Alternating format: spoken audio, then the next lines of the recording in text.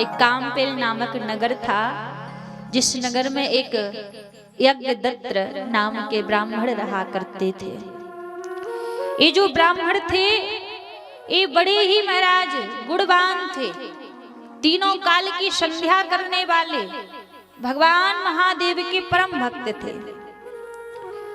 इनकी भार्या और इनका पुत्र, जिस पुत्र का नाम गुणनिधि, लेकिन महाराज यहाँ पर बिल्कुल इनका जो पुत्र था इनसे विपरीत था।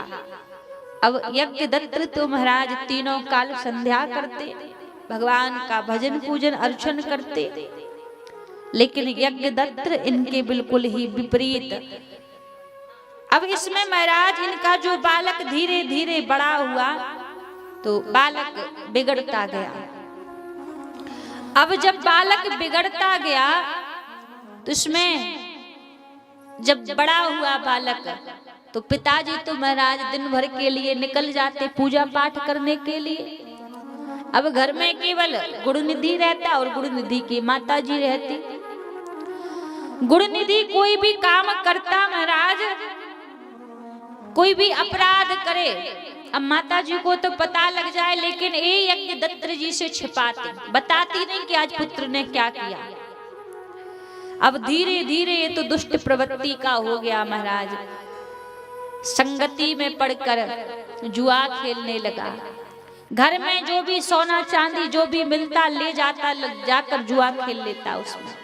अब यहाँ पर महाराज गुणनिधि की माता ने एक दो बार समझाया, कहा पुत्र देख ऐसे कब तक मैं तेरे पिता से झूठ बोलूंगी, तू ऐसा करता है, कभी भी जितना धन मिलता है ले जाता है, तू जुआ खेलता है। अब इनके जो पिताजी थे ब्राह्मण देवता, इनको तो यही पता कि मेरा पुत्र तो बड़ा गुणवान है, तो विद्यालय जाता है अध्ययन करने के लिए। लेकिन यहाँ पर जो सबसे बड़ी गलती थी ना महाराज, देखा जाए तो सबसे बड़ी गलती यहाँ यज्ञदत्र जी की पत्नी की थी। क्यों? बालक जब पहले ही यदि बालक ने गलती की थी, उसी गलती को सुधार देते तो आगे गलती नहीं होती। लेकिन ये क्या करती, कोई भी अपराध करता या कोई भी गलती करता तो अपने पति से छिपा लेती। अब महाराज परिणाम क्या हुआ, एक दिन यज्ञदत्र संध्याकालीन बेला में पाठ करके अपना संध्या करा के यजमान के घर से लौट रहे थे। जब लौट रहे थे तो इन्होंने क्या देखा, एक ज्वारी के हाथ में एक नग्न जड़ित अंगूठी है। अब उस अंगूठी को इन्होंने देखा तो ये पहचान गए कि महाराज ये अंगूठी तो मुझे एक राजा ने दान में दी थी, पर इसके पास कैसे आ गई। इनको लगा कि शायद चोर है, इसने चोरी कर ली है। राजा बोले भैया, यज्ञदत्र बोले तुमने हमारे घर से अंगूठी चोरी कर ली, अरे तुम ब्राह्मण के घर में चोरी करते हो, तुम्हें लज्जा नहीं आती। महाराज इनको तो पता ही नहीं था यज्ञदत्र को कि मैं चिल्ला इस पर रहा हूं, लेकिन कमी तो मेरे ही घर में है। जैसी कहा तो वो ज्वारी कहने लगा, अरे महाराज हमने कोई चोरी नहीं की है, फिर कहां से अंगूठी आई। अरे ऐसी एक अंगूठी नहीं, ऐसे तुम्हारे घर का कितना सारा सोना हमारे घर में है, जो तुम्हारा पुत्र गुणनिधि जुए में हार चुका है। अब तो महाराज मानो इनके जमी के नीचे की धरती फिसलने लगी हो जब सुना कि मेरा पुत्र जुआरी बन गया। इनको तो इस बात का कोई पता ही नहीं था, ये तो यही समझते कि मैं तो दिन भर बाहर रहता तो मेरा पुत्र तो विद्यालय जाता, विद्या अध्ययन करता है। लेकिन आज जब दूसरे के द्वारा पता लगा, उदास होकर अपने घर आए और घर आकर ब्राह्मणी से बोले, देवी मैंने कुछ समय पहले एक अंगूठी तुम्हें लाकर दी थी, वो थोड़ा सा लाओ, मुझे उसकी जरूरत है।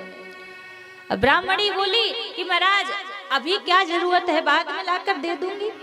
अरे नहीं नहीं, मुझे अभी देखना है, मुझे जरूरत है, लाओ। अबे बात घुमाए घर में हो सो ला दे। बोली महाराज अभी तुम्हें क्या जरूरत है, मैंने बांध कर रखी हुई है, व्यवस्थित रखी है, मैं बाद में तुम्हें दिखा दूंगी। यज्ञदत्त बोले क्यों बात घुमा रही हो, सत्य बताओ वो अंगूठी कहाँ है। ब्राह्मणी चुप हो गई, कहा तुम नहीं बताओगी, आज जो तुम कर रही हो ना इसमें तुम्हारा अपराध है। मुझे पता है वो अंगूठी कहाँ है, मैंने वो अंगूठी आज एक जुआरी के हाथ में देखी है और तुम मुझसे झूठ बोलती हो।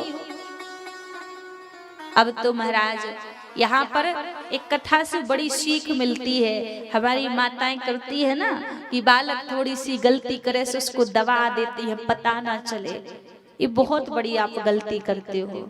आप उसकी एक गलती छिपाओगे वो दो गलती करेगा, दो गलती छिपाओगे वो चार करेगा, कितनी गलती छिपाओगे उसकी।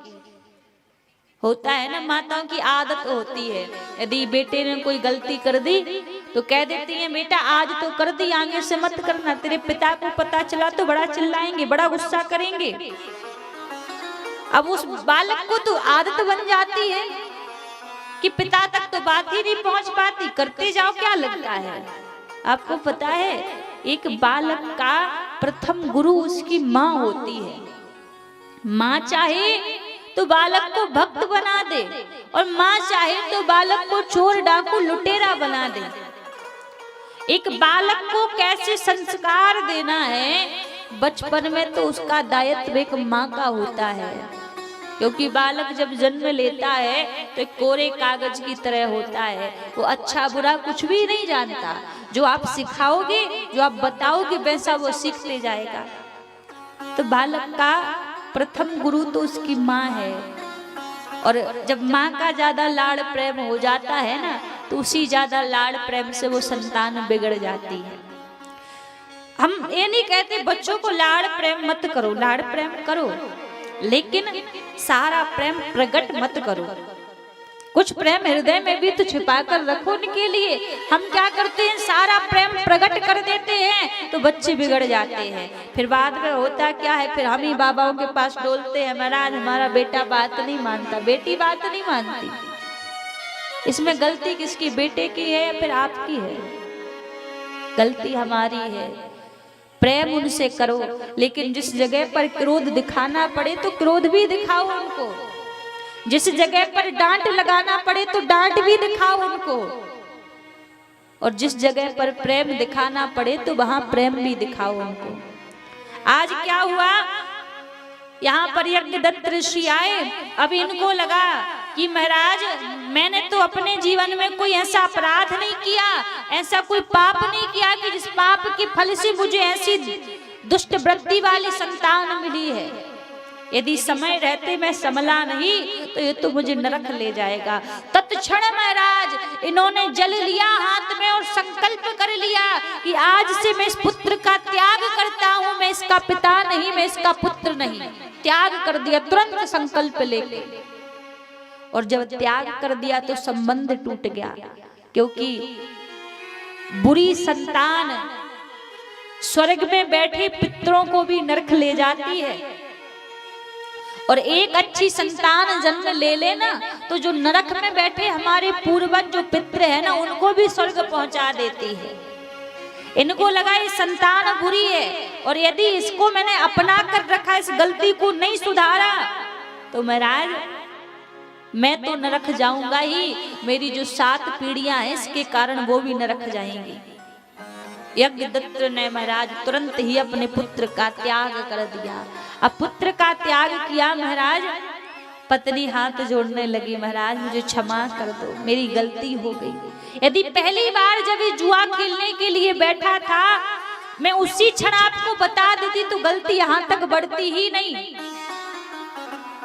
अब तो महाराज ये कहने लगे कि मैं तेरा भी त्याग करता हूँ। संगनी का अर्थ क्या होता है? संगनी का अर्थ यही होता है कोई दुख की बात पता चले, कोई सुख की बात पता चले तो सबसे पहले उसका कर्तव्य है कि अपने पति को बताए। और तू इतनी बड़ी बात की हमारी संतान, हमारा पुत्र गलत रास्ते पर जा रहा और तूने बताया भी नहीं, पत्नी का भी त्याग कर दिया।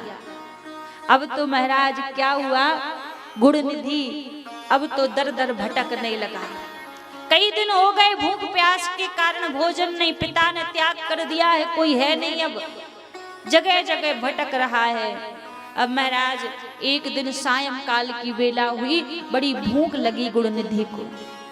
अब कुछ खाने के लिए है नहीं, कोई भोजन नहीं देता, करे तो क्या करे, दिन भर से भूखा है महाराज। सायंकाल की बेला में एक गांव से दूसरे गांव जा रहा था, तो रास्ते में देखा एक शिवालय दिखा, इसको शिव जी का मंदिर दिखा।